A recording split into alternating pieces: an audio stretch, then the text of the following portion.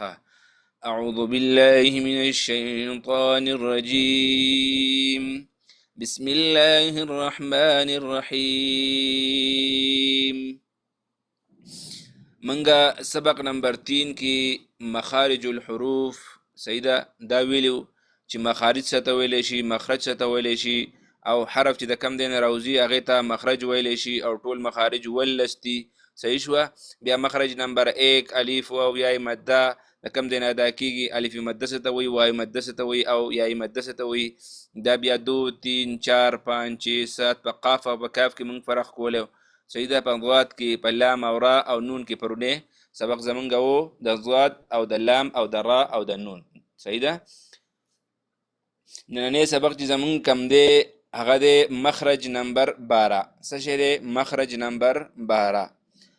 نو مخرج نمبر 12 دی طا دال تا.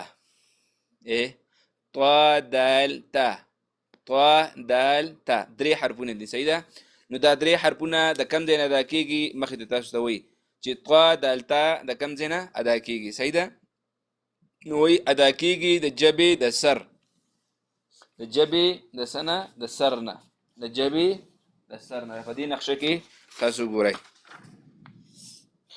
دا د جبې سر دی. سیدا د جبې سر دی، معنی د جبې سر دی. صحیح شو. نو طا دال تا ادا کیږي د جبې د سر او د بره مخامخ دوو غاښونو د ویښونو نه، دوو غاښونو د ویښونو نه. نو مثال په تور دا د جبې سر به موږ راوالو، دا دوه غاښونه دي، دا لاندې غاښونه دي. د دې د پاسه چې کم غاښونه لکه مثال په تور دا دوه ګوتې زما دا دوه ګوتې والی، دا دوه غاښونه زما پاسني غاښونه دي. نو دې چې کم دا ویښ دی، دا ویښې دا پنسل لاسوکه چې دا د جبې سر دی، نو دا به موږ دې ویښ لوړو. صحیح شوه. داسې طا دال تا، طا دال تا. صحیح شوه. دا د جبې سر به راوالو او د دې ویښ سره به ولګو. صحیح ده. نو دې دا مخرج شو. د مخرج نمبر 12 طا دال تا ادا کیږي د جبې د سر او د بره مخامخ د دوو غاښونو د ویښونو نه. بره مخامخه، لاندې نه. بره چې کم غاښونه دي جبې سر به موږ د هغې سره لګو. لکه څنګه به وایو طا دال تا، طا دال تا، طا دال تا. صحیح ده. طا دال تا د کم دی نه ادا کیږي جبې د سر او بره مخامخ د دوو غاښونو د ویښونو نه. صحیح شوه. ورپسې پسې چې دی مخرج نمبر 13. نو 12 او 13 او 14 دا درې واړه مخرج څنګه چې لام نون را قریب المخرج دغه شان دا قریب المخرج دی، د یو ځای نه ادا کیږي. او صرف د جبې سر چې د کم دی سر لګول غواړي هغه به صرف دغه څه ورته وایي هغه به زیاتي. مثال په تور د طا دال تا کې موږ د جبې ادا کیږي جبې د سر او د بره مخامخ د دوو غاښونو د ویښونو نه. نو دا موږ د ویښونو نه ادا کړو. دا درې واړه حرفونه موږ د کم دی نه ادا کړو؟ د ویښونو نه. طا دال تا، طا دال تا. صحیح شوه. اوس پسې مخرج نمبر څه شی دی؟ مخرج نمبر 13. مخرج نمبر 13 چې دی ضا ذال ثا، ضا ذال ثا ادا کیږي د جبې د سر او د بره مخامخ د دوو غاښونو د سرونو نه. سنه د سرونو نه. کم دی نه ادا کیږي؟ د سرونو نه. صحیح شوه. نو دا د جبې سر دی. صحیح شوه. نو موږ په مخرج نمبر 12 کې دا د مخامخ چې کم دوه غاښونه دي د هغې ویښونو له موږ وړه. صحیح شوه. نو د هغې نه ادا کیږي طا دال تا، طا دال تا. مجید الله اورپی بایجان دلته نه په انبکس کې زما چې دننه لاړ شي که نه هلته د میسج ځای دی، په هغه ځای کې به نمبر راولي. دلته چې لایو ختمه شي نو بیا پسې زه ګرځم، بیا خو ما ته نه معلوم چې په کوم دی کې دا ټول لایو موجود ده. صحیح ده. خفه کېږي به نه. مخرج نمبر 12 چې طا دال تا ادا کیږي د جبې د سر او د بره مخامخ یو د غاښونه دي، یو د دې د پاسه کم غاښونه دي، د هغې د ویښ نه. لکه مثال دا به موږ غاښونه والو، نو دا څه شو؟ ویښ شو. نو دې ویښ له به موږ جبه راوړو، دې نه به ادا کیږي څه شی؟ طا دال تا. صحیح شوه.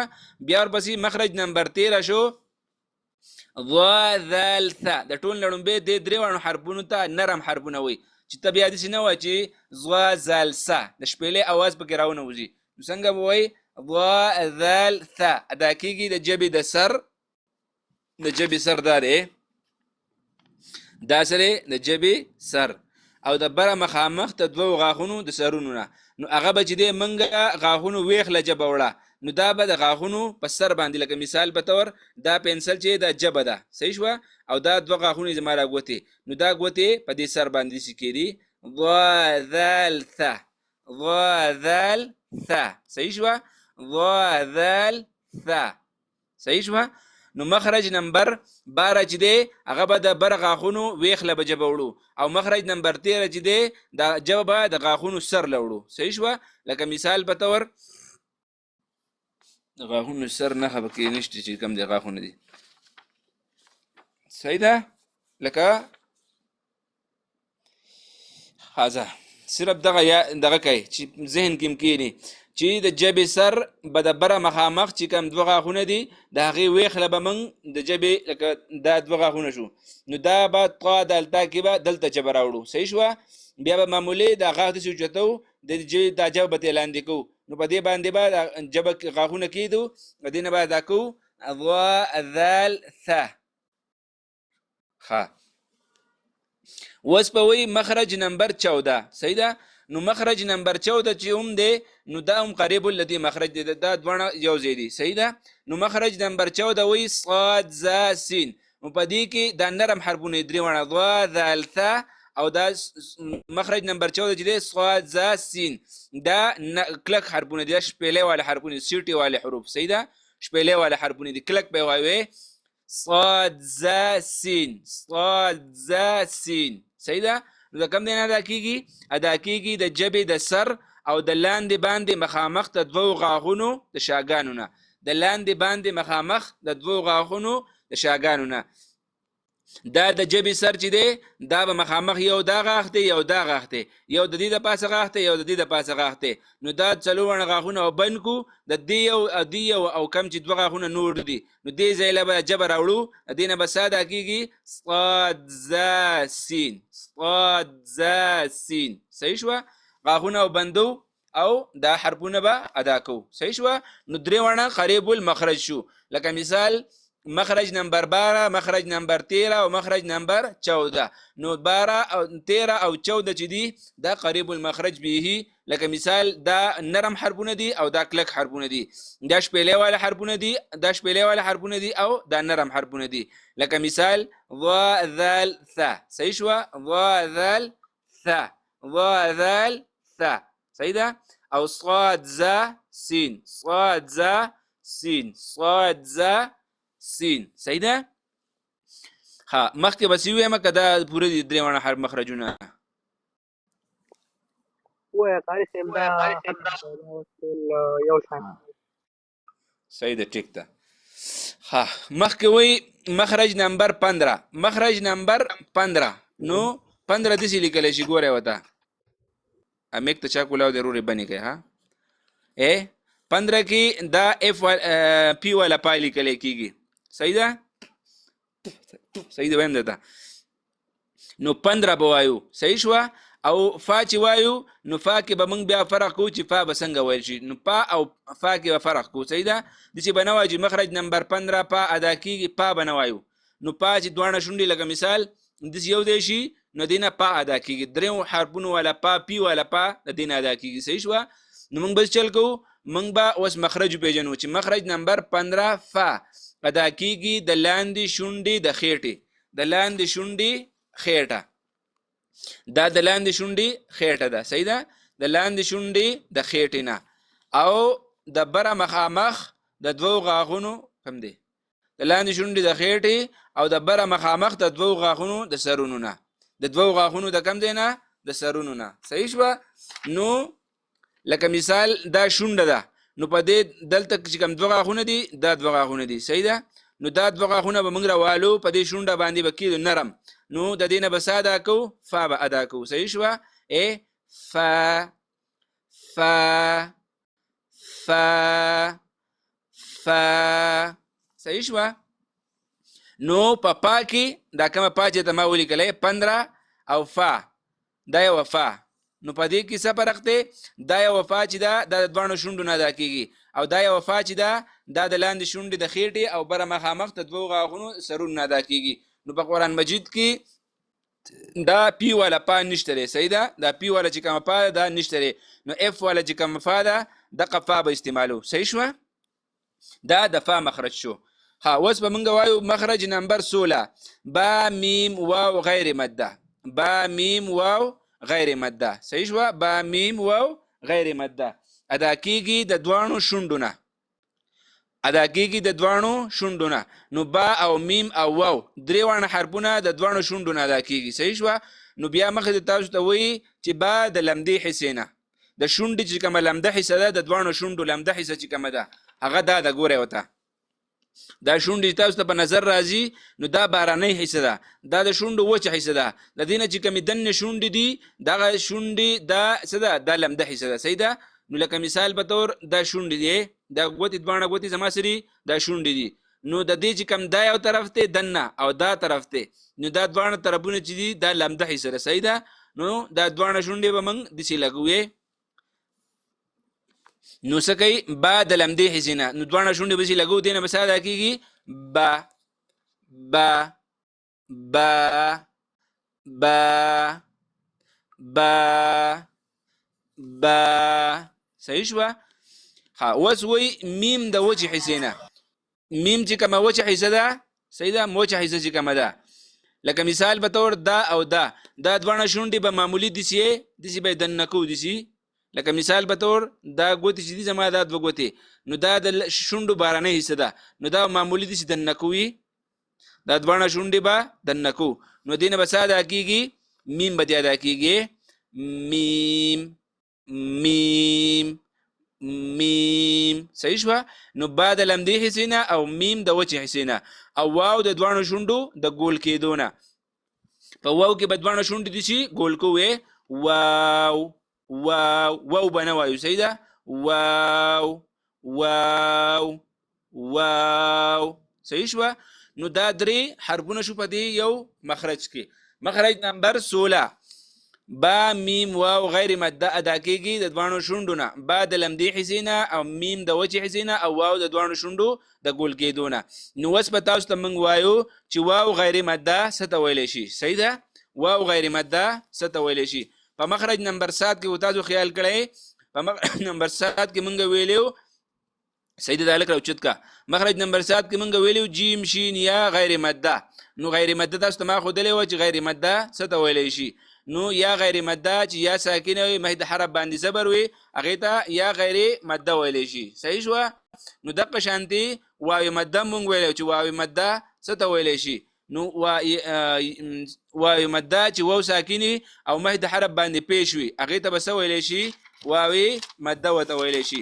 او چې واو ساکنه او مهد حرف باندې زیر وي سوي زیر وي نو دې ته بس ویلی شي واو غیر مده سبب ته ویلی شي واو غیر مده صحیح شو چې واو ساکنه مې د حرف باندې پیش وي هغه به واو مده او چې واو ساکنه مې د حرف د لاندې زیر وي هغه سي واو غیر مده وي ٹھیک شو وس به وایو مخرج نمبر 17 غنه ادا کیږي د پوزي د ډډ نه غنه به د کم ځای نه ادا کو د پوزي د کم اډو کې دی کنه د ډډ ځای چې د اډو کې نه لاندې ادق ځای نه به غنه ادا کو چې مونږ غنه وایو نو غنه کې بخپل الته आवाज زی لکه غنه غنه غنه صحیح ده نو غنه د پوزي د ډډ نه ادا کیږي صحیح شو دا مخرجونه شو مخرج نمبر 12 بیا مختصر وایم بیا کوم ملګری اوري واروي مخرج نمبر 12 طا دالتا ادا کیږي د جبې د سر او د بره مخامخ د دوو غاغونو د ویخونو نه مخرج نمبر 13 وا ذالتا ادا کیږي د جبې د سر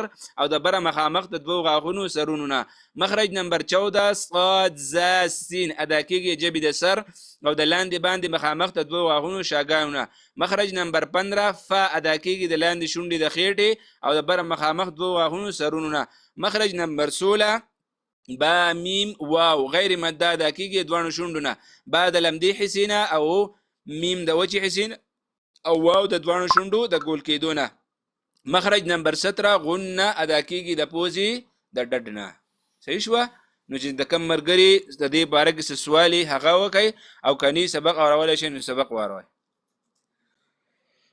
لا اله الا الله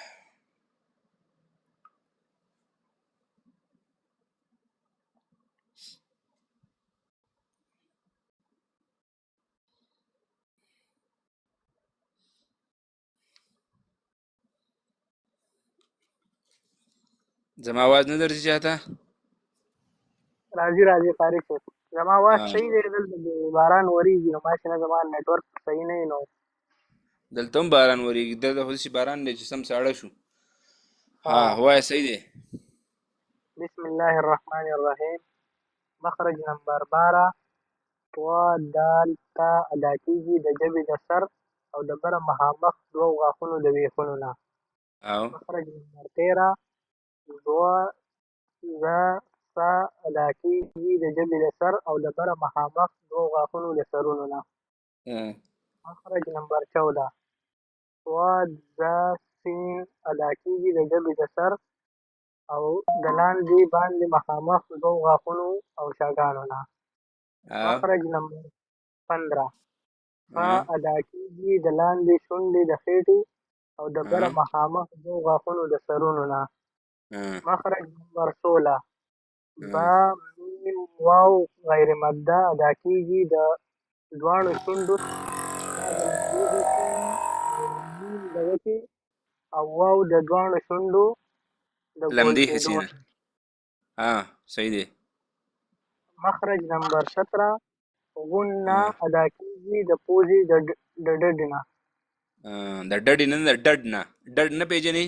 لکه دا ډډ چې کوم ځای که نه یو شی سوری که نه او سوری دننه ډډې نو هغې ته ډډ ویلی شي. صحیح شو. د پوزې دا کم ډډ چې دی د هډوکي نه کته دغه ځای نه غنه ادا کېږي. ها بل ملګری څوک اورئ سبق ماشاءالله الیاس به یې ښکلی واورو.